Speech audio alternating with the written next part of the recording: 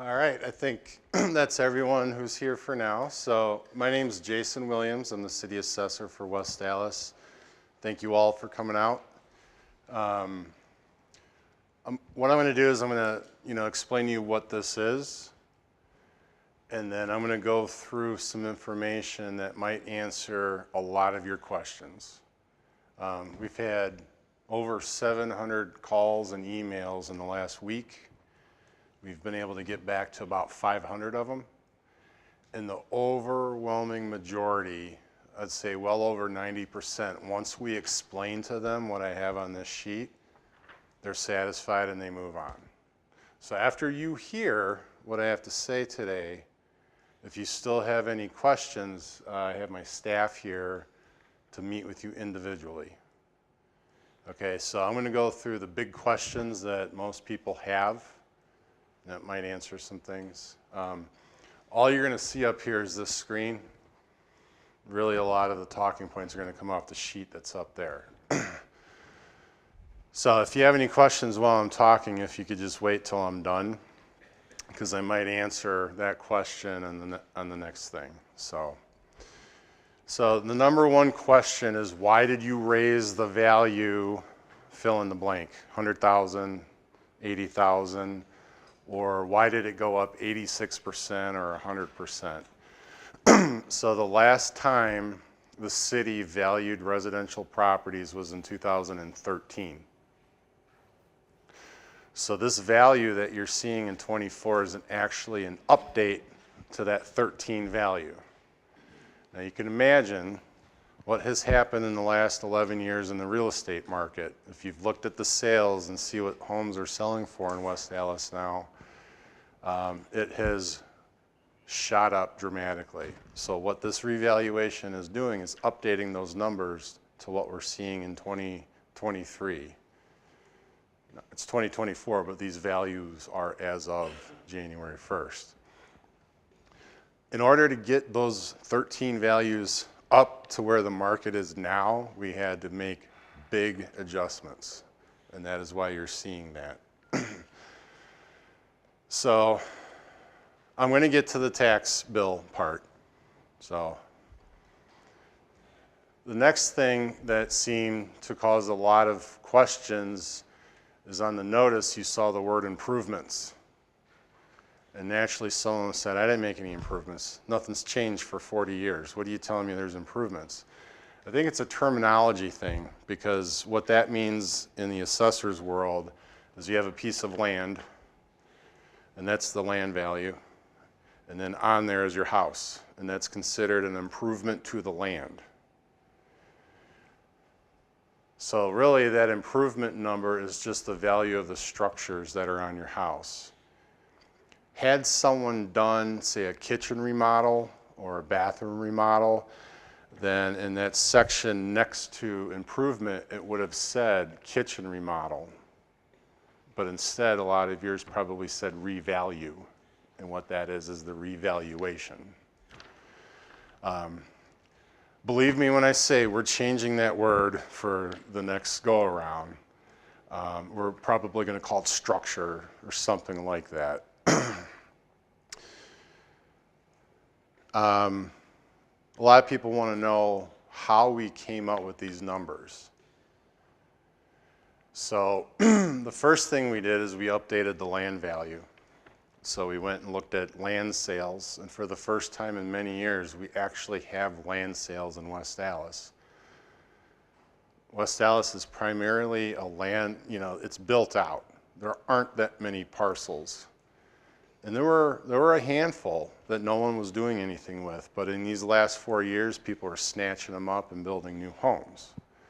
So now we have land sales in West Dallas that we can look at to say, how much does a parcel or a lot cost? And so we had to update the land values to get that new value. The second thing we did is we updated all the cost manuals. And those cost manuals is what we use to value each individual house on its own. So if you have a stone Tudor Over here, we're going to price that out for the stone, for the extra square footage on the second floor. If they have a porch, if they have a garage in the back. Does the garage, is it wood frame with vinyl siding or is it stone? You got to cost those things out and put that value together. At that point, it's a raw number. So now we've got to adjust that raw assessed value to what it would sell for in the market. And to do that, we take all the residential properties and we put them in their own geographic area, and we call it a neighborhood. It's not the same as, say, like Conrad Gardens neighborhood. We don't define it like that. We just say all the duplexes built in the 1920s, we put them in a similar neighborhood. All of the single-family homes around McCarty Park, they go in their neighborhood because it's a geographic influence for what people are willing to pay. Then we go through and we look at all the sales that have occurred in those individual geographic areas, and that tells us where the market is. Now we got to get the raw assessed value and get it up to where the market is, and that's in part where a lot of that big jump came from. So we've updated the land values, we've updated the cost manuals, and now we've tied those values to what homes will actually sell for in the market. Well, wait a minute, my house is different than everyone else's. How did you account for that? Well, that's where you cost out the different components. So if you have someone who's got a one-story ranch,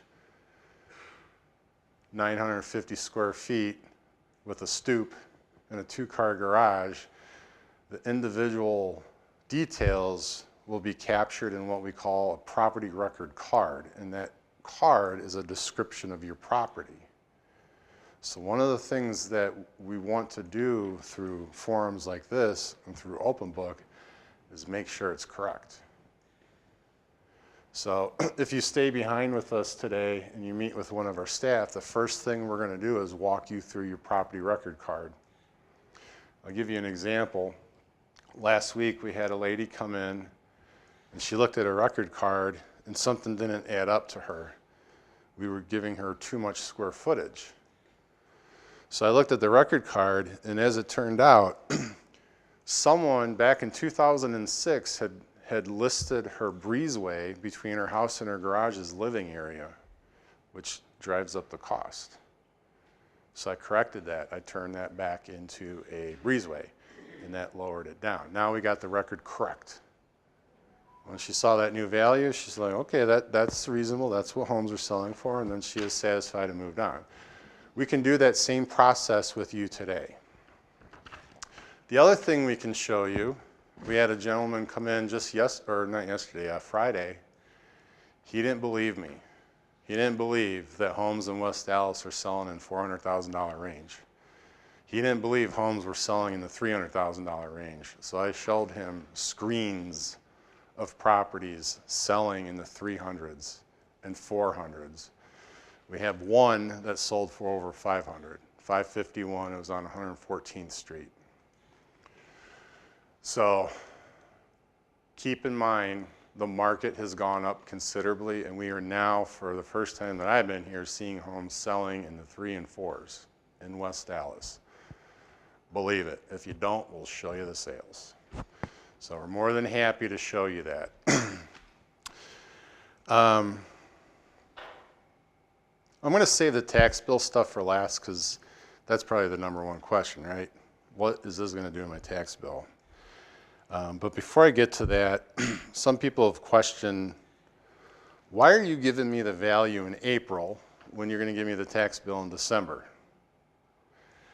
And that is mandated and defined by state law. There isn't anything we can do to change that.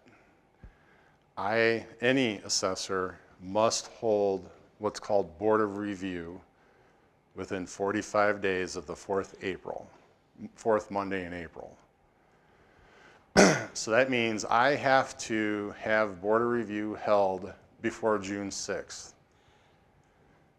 I have to notice the property owners at least 30 days before June 6th. So I have to sit down with the calendar each year and figure out what dates. The reason it's done this way is you, the owner, you're given your value and then you're given time to react to it. And then you're given the opportunity to appeal that value if you disagree with it. It's a right that you have as a property owner to appeal this value. We got some feedback from a citizen saying, well, why do you have to appeal it? Why, if you have to appeal, then there must be something wrong. That's implying that we just are perfect and every number is perfect. No. This is all designed for you to have a say in the value of your property.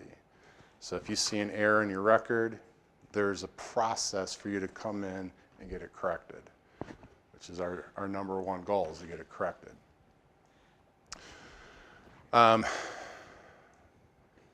The second component of this is the levy.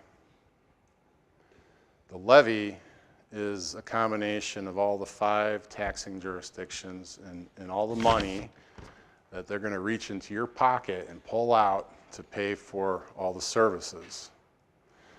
Paying for the police and fire, the administrators in this building, the people that plow your snow. The levy is what raises that money to pay for that. So you also have the school district. You have MMSD, and I think we can all agree we want to pay them and get their service. And then you have MATC, and then lastly the county. They won't have that information until November. So in order for me to calculate an estimate of a tax bill in April, I would have to rely on guesses to what's going to happen to the levy. Last year's levy was $112 million. That's how much money was pulled out of this community to pay for all those services. What's it going to be for this year? Is it going to go up? If it does go up, how much? You also have the school putting out the idea of 2 referendums. That'll be in addition. So you'll imagine this is your tax bill and you got your amount you owe over here in the right corner. Then over here in a box, they'll list referendum, which will be extra on top of what that is. I don't know what that's going to be. The other thing that influences the levy and the tax bill is right now we know the residential values and we know the commercial values, but what we don't know is the manufacturing value, and that's given to us on November 1st. So if you can imagine a formula, assessed value times tax rate equals a tax bill. In order to get the assessed value, you need residential, commercial, manufacturing. Well, one of those numbers isn't available. In order to get the levy, you need the 5 taxing jurisdictions. They haven't even begun working on them. This summer is when those entities will begin working on the budgets. And then by November, your elected officials that you vote to stand for you and make decisions for you will vote on that budget in November. There's also a public hearing. I don't think it's scheduled yet. Some years it's been October, other years it's November. That's your opportunity to go and voice your opinion on the budget and the levy.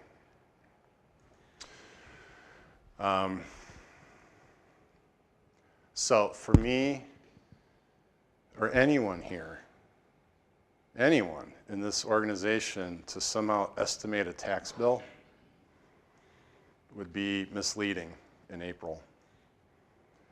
Now I know you don't care about this, but if it's any consolation, I raised my own house $120,000. Okay, I'm in the same boat as everyone else, and I still can't estimate what the tax bill is going to be because the info is not available. I can also say that these big increases are citywide.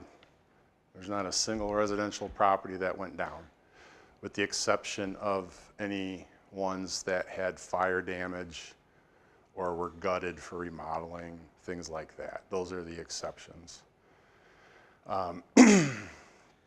Okay, so as an example, let's say your house went up 100%.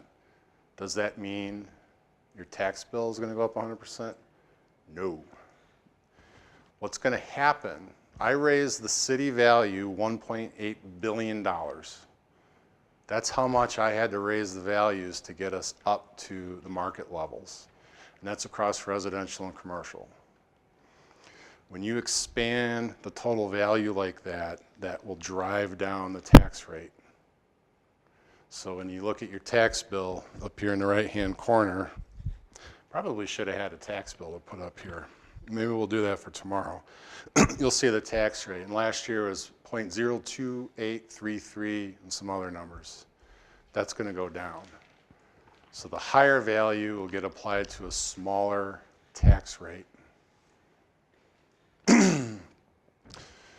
The other thing influencing the taxes is what's called proportional share. Proportional share is, think about the value of your home. That represents a share of the total value. So to keep this example easy, let's say that your home represents 1% of the total city value. What that means is you're on the hook for 1% of the tax burden. And that's what that fair share means. This has been going, the Romans developed this system. It's called ad valorem. I won't bore you with Roman history, but it's a 2,000-year-old tax system. And it's according to value, how much of the tax you'll pay. What we've seen with this reval is because of the run-up in the residential prices, residential now makes up a larger portion of the total value, which means residential collectively is going to pay more of the tax burden. So, but how much, it's not known because we still don't have the manufacturing value. The manufacturing value will kind of shift that pie. If you imagine a pie chart, residential is this much, commercial is this much, and then there's a big question mark on manufacturing. How much of the value will be allocated to residential and commercial with manufacturing included? So last year, residential made up 60% of the total value. Based on numbers we have now, it's going to go up to about 65%. Now that can change once we get the manufacturer. Maybe it goes down to 64 somewhere. Again, it's a guess. Don't anchor on that 64 and 65. It's going to change. But what that means is that, okay, residential is going to shoulder more of the tax burden.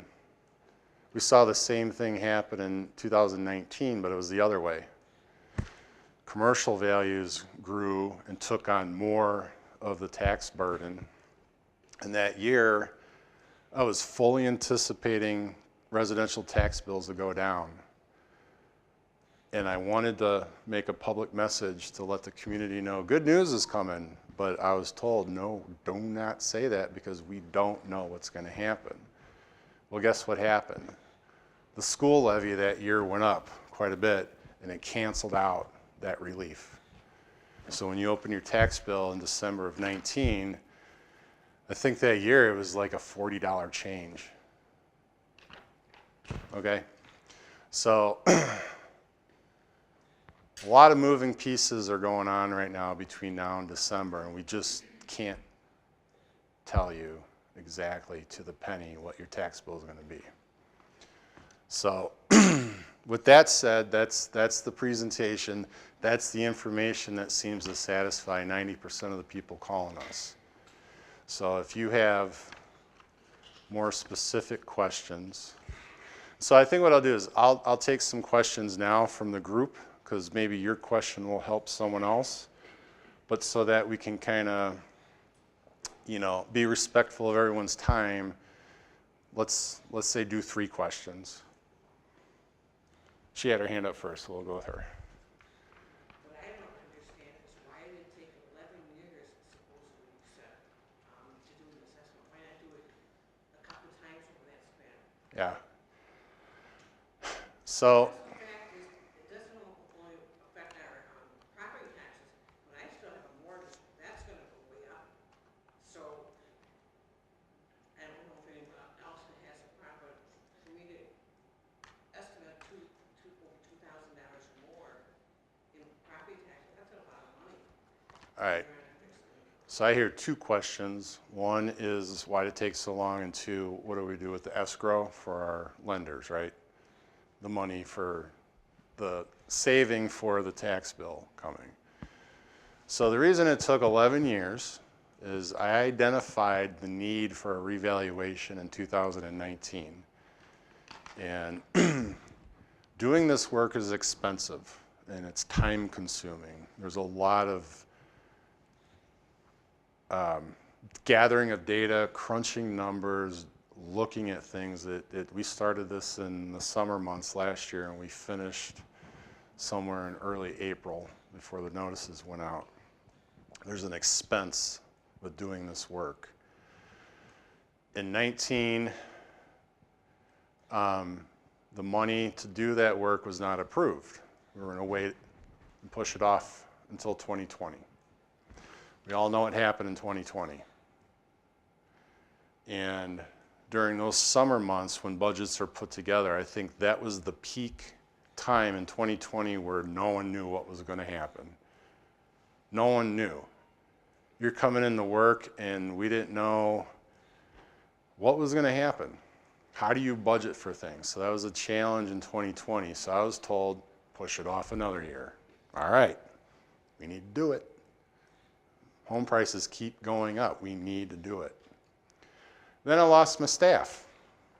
You know, like with many people through the lockdowns started thinking differently about their careers and things like that, and so I lost my staff. All right, now I don't have people to do the work, so it got pushed off another year. And then we had budget cuts where we lost 11 positions. It's kind of hard to ask for a new position when they're getting rid of 11. And then we had the same issue the following year. And then at that point, I put my foot down. We're getting warning letters from the state saying if you don't do this work, we're going to penalize the city. We're going to order the reval with a contract firm and give you the bill.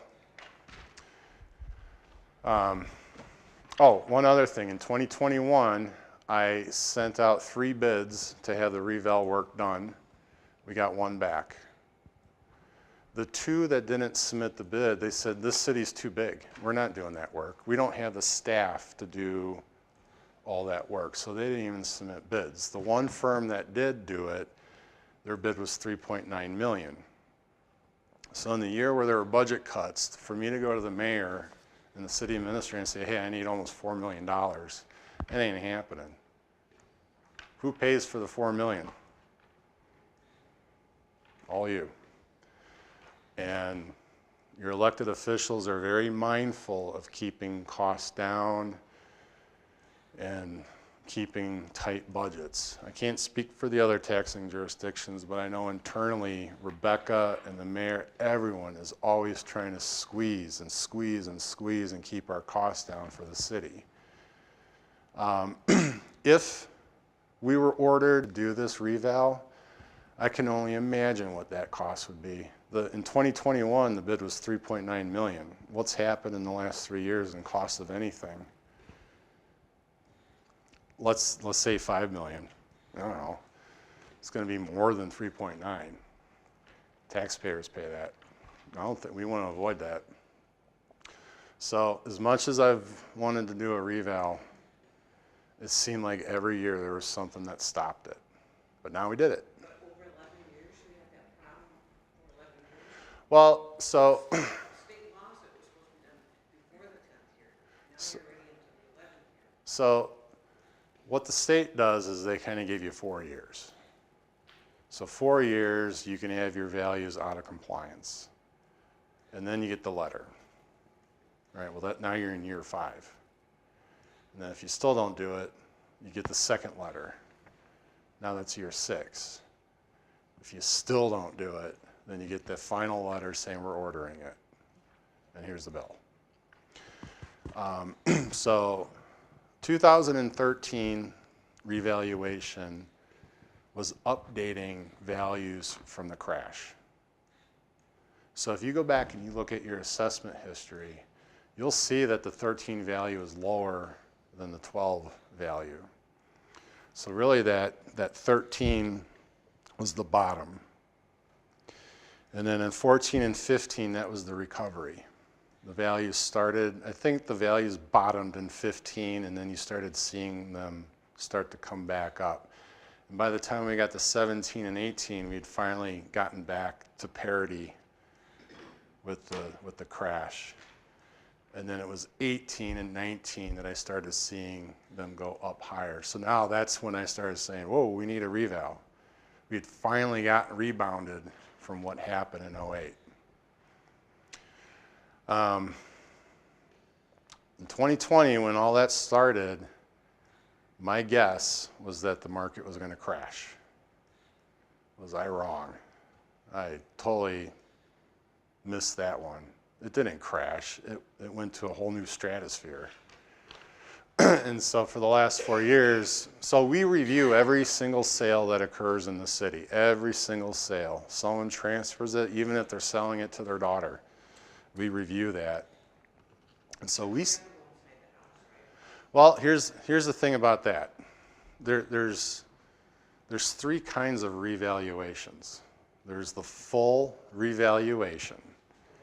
It's called a full revaluation. And that's where you go out into the community and you canvass every single house that you can get into.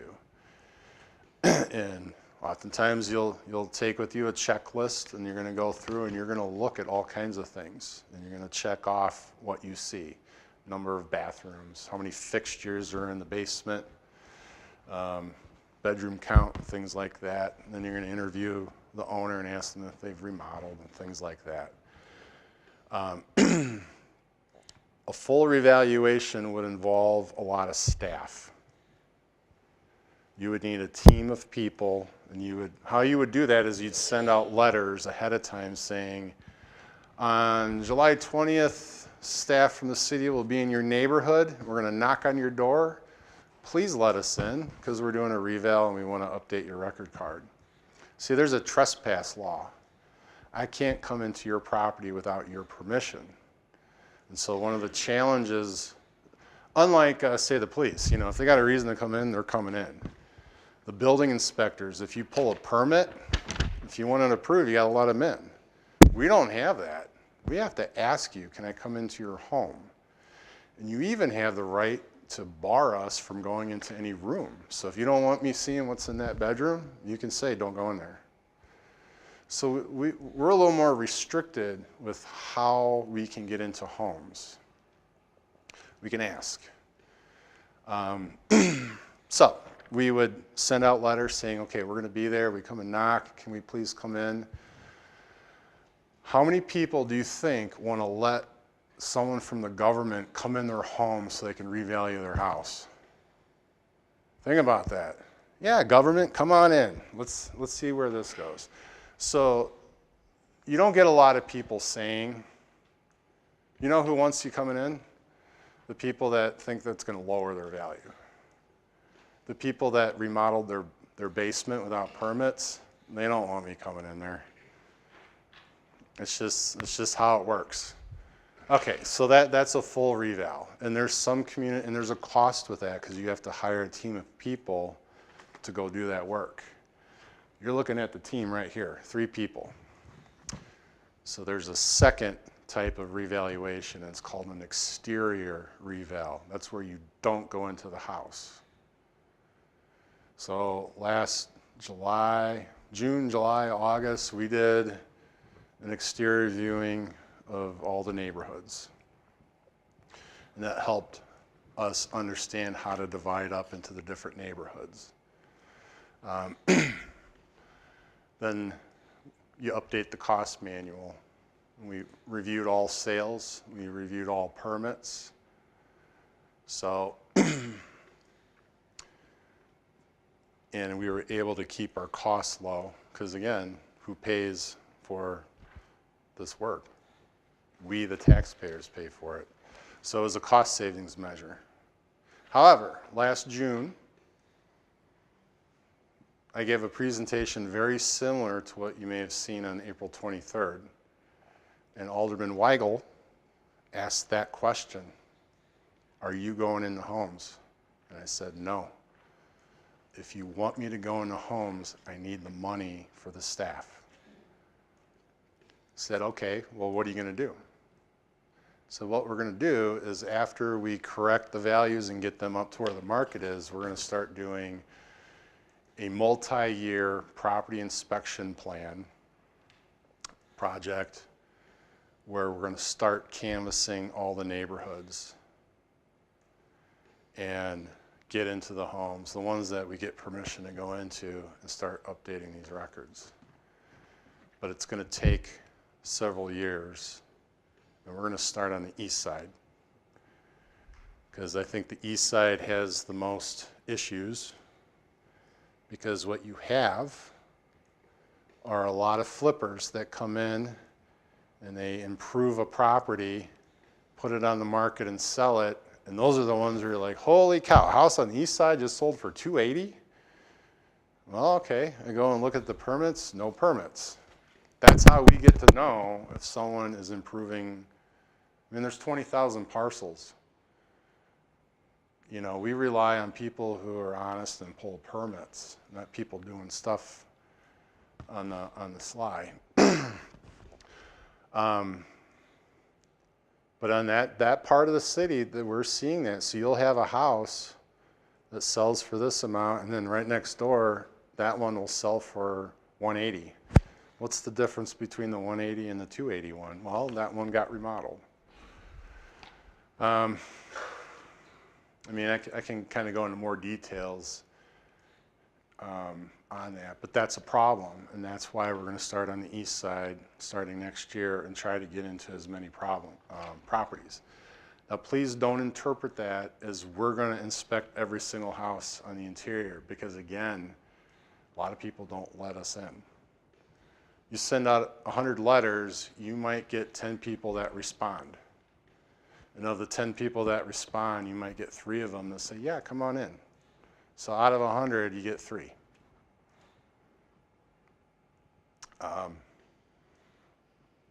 We're just there to look at what's there. You know, we don't care about anything else. We're not code enforcers, so we're not gonna, you know, bust you on, you know, unless it's a safety thing.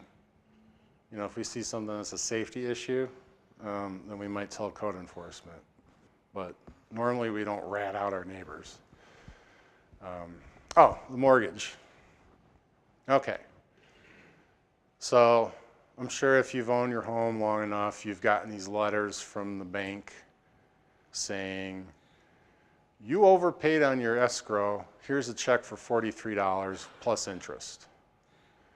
And then maybe one year you get a letter saying, oh, you're short. You need to cut us a check right now for $128 to make your tax bill whole. So what that is your bank will estimate a tax amount, and then they send you a letter, what is it, usually April, May? Maybe some banks are different. And they'll say, this is your escrow amount for the next 12 months. What are we going to do this year? How do you plan for that? How can you come up with that number if you don't know what's going to happen with the levy? I'm in the same boat. I don't know how much I'm going to have to save, so I'm just going to save more. Anticipate it, because you know I'm going to get a letter from my bank saying you need to cut a check. We got the escrow amount is covering, but there's still this left over on your tax bill. Again, just because your value went up 100% doesn't mean your tax bill is going to go up 100%, because the mill rate or the tax rate is going to drop. And then we don't know what's going to happen with the levy. So that's your 2 questions. Are you okay? No, Well, not okay in the sense how you feel. Did I answer those questions? I would have left it if my bill goes up, 2,100, I can, pay that. What about people that can't all of a sudden come up with $2,000, $3,000 more between now and December? What are you gonna do about that? What can you do about that? There's nothing I can do. So all the assessor is an appraiser. I just put a value on properties. Then you've got this whole separate process of the levy that I'm not even involved in. And the levy is where the governments come together and say, this is how much we're going to take. And I can't control it. I don't even influence it. All I do is set the values, and then I move on and do the rest of my work for the year. I feel you. I hear you. I'm as powerless as you to do anything about it. It's just unfortunate that many years, every couple of years, it would have revalued it much easier. Well, during those years, the tax levy would have been the same. They would have pulled the same amount of money. So just because values are going up and down doesn't always mean your tax bill is going to change significantly. And I think that concept is hard to wrap your head around because people just have it kind of died in their psyche that if the value goes up, taxes go up. And I think if you talk to some people, you'll hear things like, yeah, my value went up, but the tax bill went down. Or my value went down and the tax bill went up. Or the value went up considerably, but the taxes stayed the same. That's because of that proportional share. And what I'm saying is that residential is going to take on more of the tax burden. So I would plan for an increase. And that's all I can really say. Is it 200? Is it 1,000? I don't know. It's not. I will go out on the record and say it's probably not going to be $3,000. That in order to get to that, you'd have to raise that levy. You may have to double the levy. And I don't.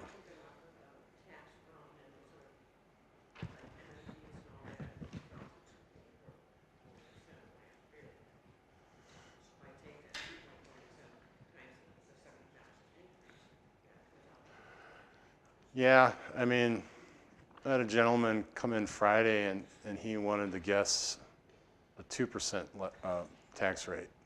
And he ran it for 2%. I had another person say, well, what if it's 2.3? Sure. I mean, we don't know.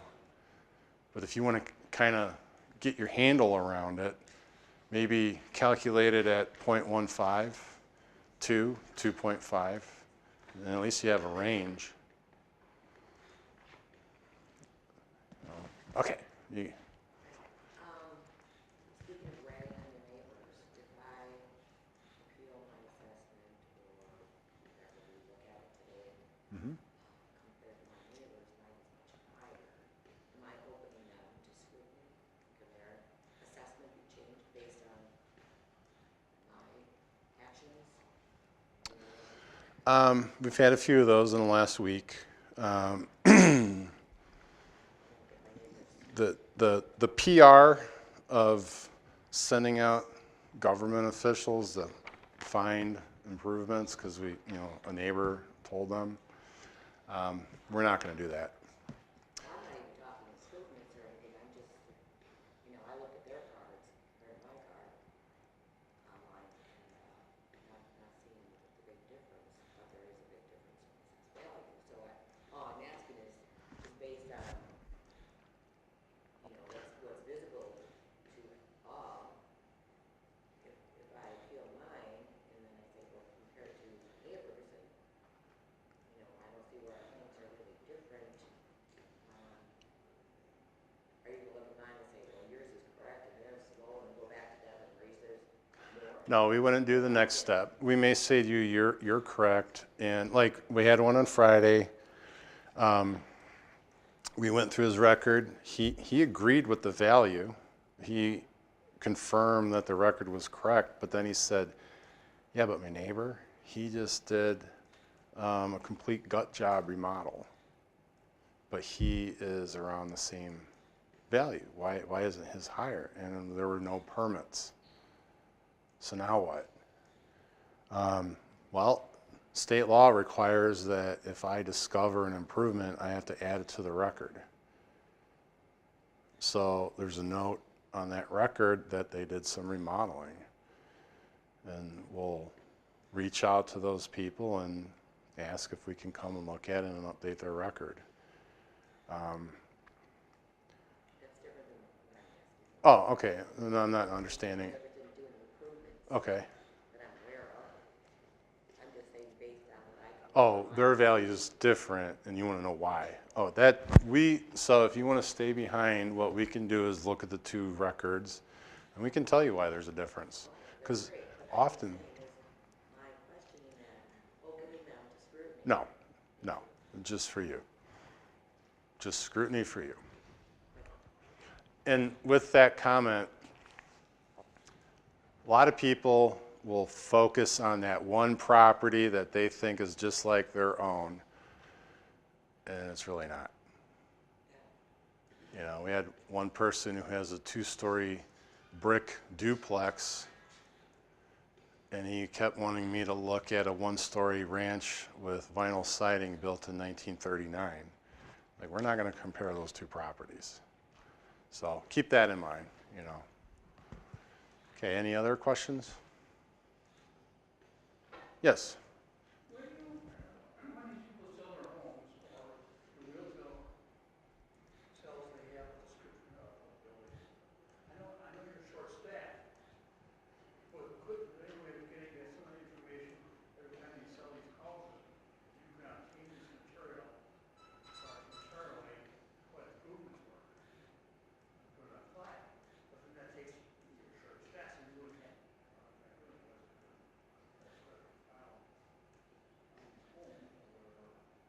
I mean, it's just an idea for something. So we do that. So we have access to MLS.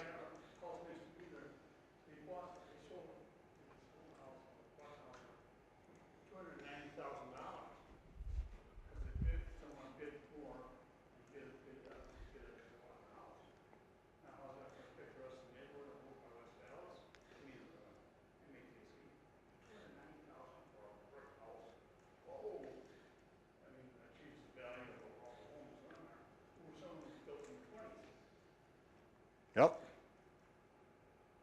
So we do review.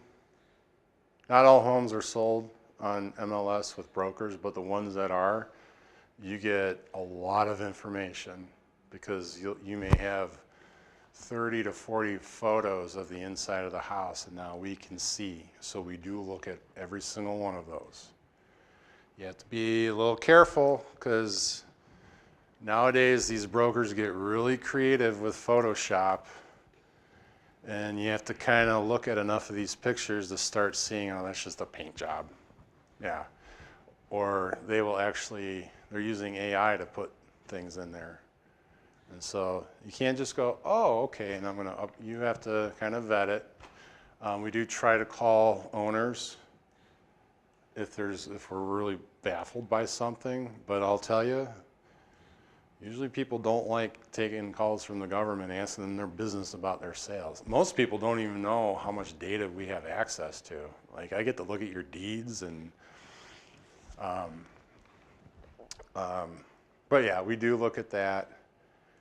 And then oftentimes the brokers will put the square footage of, say, improved basement. Oh, we didn't have that on the record. Oh, they didn't pull permits. Well, I got to add that because it's real, it's there. Especially since I just looked at 3 pictures of it. You know, so yeah, I mean that's a resource that we use. I mean, you're looking at about 2,000 sales a year. Maybe 40% of those are on MLS. We've got 17,000 residential properties. So going back to what I'm saying, you go on this inspection plan, you're, 600 permits, maybe 1,200 sales. and then you canvass the neighborhood, we can probably chip away at several thousand a year to get them updated. So, any other questions? I was thinking of, in 2019, we had a new road put in front of our house, and so I had the new sewer put in and new copper pipes and all that, which cost me like $4,500. Is that showing that it's gonna make my property value more? No, no. So, mass appraisal, trying to value 20,000 parcels all at once, we make some assumptions. We make the assumption that you have access to water and sewer. We assume that your roof works, that your windows are good. That's why if you put in new windows, we don't change your value. If you put on a new roof, we don't change your value, and we do that for everyone. So there's these assumptions that a typical home is going to have. I mean, there's 4 homes in West Dallas that are on septic and well water. Everyone else is on sewer and city water. So everyone has this, and that's more of a capital expense for you. It won't influence the value. Now those four out of 20,000 that are on well and septic, there's a change to those because, you know, they don't have city water, and that's a benefit. It's an advantage, I think. So, So if we request a deferral on our cars and how much we update, is that what we meet with that? yeah, And when is that required? Is that today or would we have to make a? we can do it right now. I think if you had to prepare some things, maybe you can come back. We're going to be doing this each day this week, 12 to 1. So if you want to talk to someone today, we'll talk to you. But if you want to put some stuff together, you know, it depends on what you want to show us or talk to us about. Yeah. What do you need? What stuff? Well, we can show you how we have your property described, and we'll go through it and see if it makes sense, if it's true or not.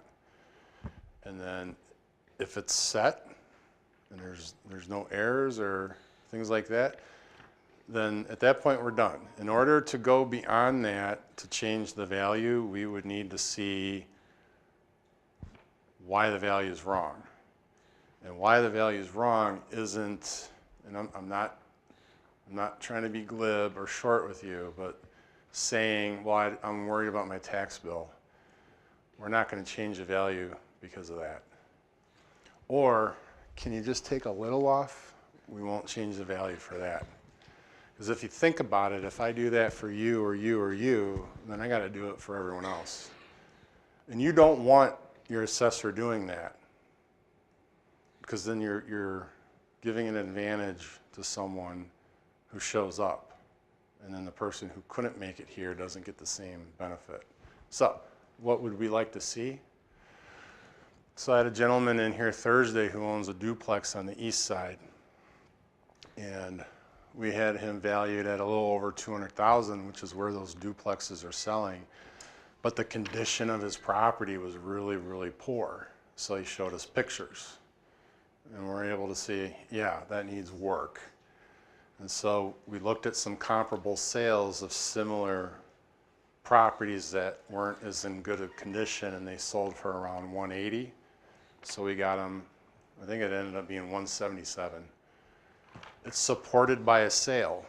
All of you should be able to ask any one of us to explain how we made an adjustment and how we came with your value. If we can't do that, because I'm telling you, there's a lot of assessors out there that don't like this public scrutiny.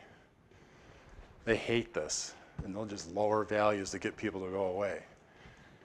And if you do that, what you're doing is you're compromising the integrity of this whole system.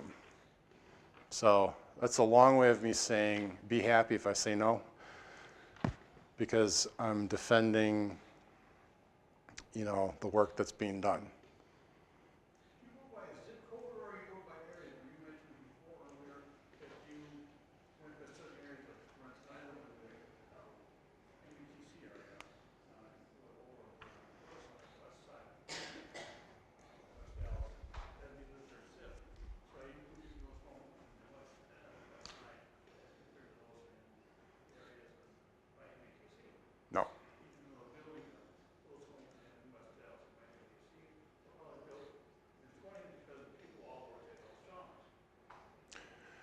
So I don't have this to show you, but if we had an annexation map, you can kind of see the history of growth of West Allis. And a lot of those neighborhoods are following that growth.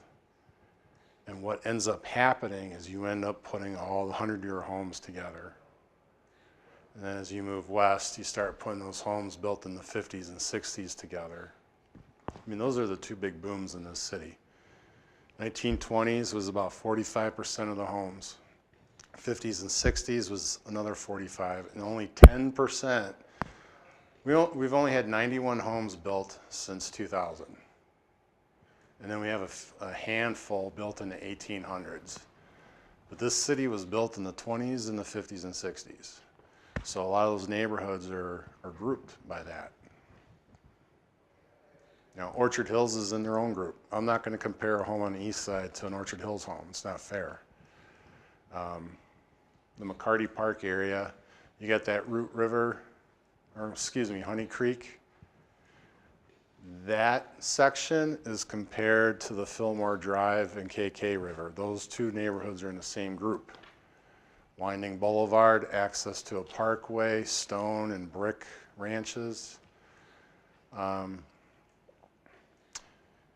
And, so that's kind of like the thinking of how do you group these different homes. So it's age, location, things like that.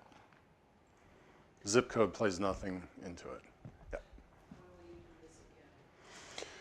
Well, what I would like to do, and what I'm going to ask the Common Council, is I would like to keep the other revaluation option is what's called a maintenance year.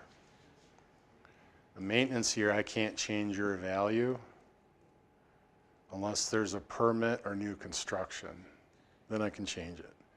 What I would like to do is keep it open as a reval so that we can go through the different parts of the city and correct those. And then those owners will get a new notice as we make those updates.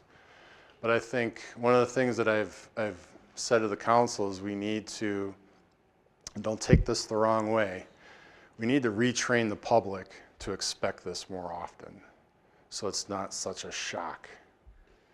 If you look at the city of Milwaukee, they were doing their revals every year. So the residents of Milwaukee were just used to getting that letter each year. Now they've gone to every 2 years because it's expensive and they've lost a lot of staff down there. What I would like to do is, at least over the next few years, maybe do it every other year. And then we can go to the answer to your question is you do it when the market changes. So yes, if the market declines, you should fully expect to see a revaluation to bring the values down. And feel free to ask your elected officials, like, hey, when's your assessor going to reval? Absolutely. But the answer is when the market changes. So we should have done one in 19 and 20. And we probably should have done it each year since then because it just kept going up each year. Okay, any other questions? Yeah, so since we have a problem with communication, can we get back to our alderman? Well, I have 2 aldermen here in our area. Maybe they can address communication between some of our elderly people there. Because none of us can have a computer. It can't be that where our Mm-hmm. and so we have some type of communication that we lost some of our neighbor watch program. Because we got a lot of people are flipping and move out right now. Keep changing. I would just think we should get after all the people. They help in addressing some of these problems. Are communicating from your department to us. So we have a communications department, and they we're very well aware that there's people out there that don't have email or access to the internet or Facebook. So there's the West Allis magazine. There was an article in that last summer. There's another article in the current issue. And then there's newsletters. And it's pushed out via email. We also use social media to communicate. So we try to hit the people with the magazine and the newsletter for those people that don't use email or the internet. I mean, it's as much as we try, it doesn't always reach everyone. I don't deal with a lot of that. We have a communications department. They might have a better answer. But maybe a question to your elected officials is, what's the city doing to communicate with those people? And then they'll go to the director down there and ask her. And she'll give an answer to that person, and then they'll pass it on to you. I'm seeing a lot of nodding heads, so I think was this helpful? It explains a lot, doesn't it? Yeah. No? So more questions? Oh. Okay. So at this point, if you're happy and you want to leave, you can go ahead. If you'd like to stay behind, what we're going to do is go in the order of the sign-up sheet, and then you can meet with one of us and we can go over the details. Okay. So that's it. All right, no one's moving, so let's get that sign-up sheet.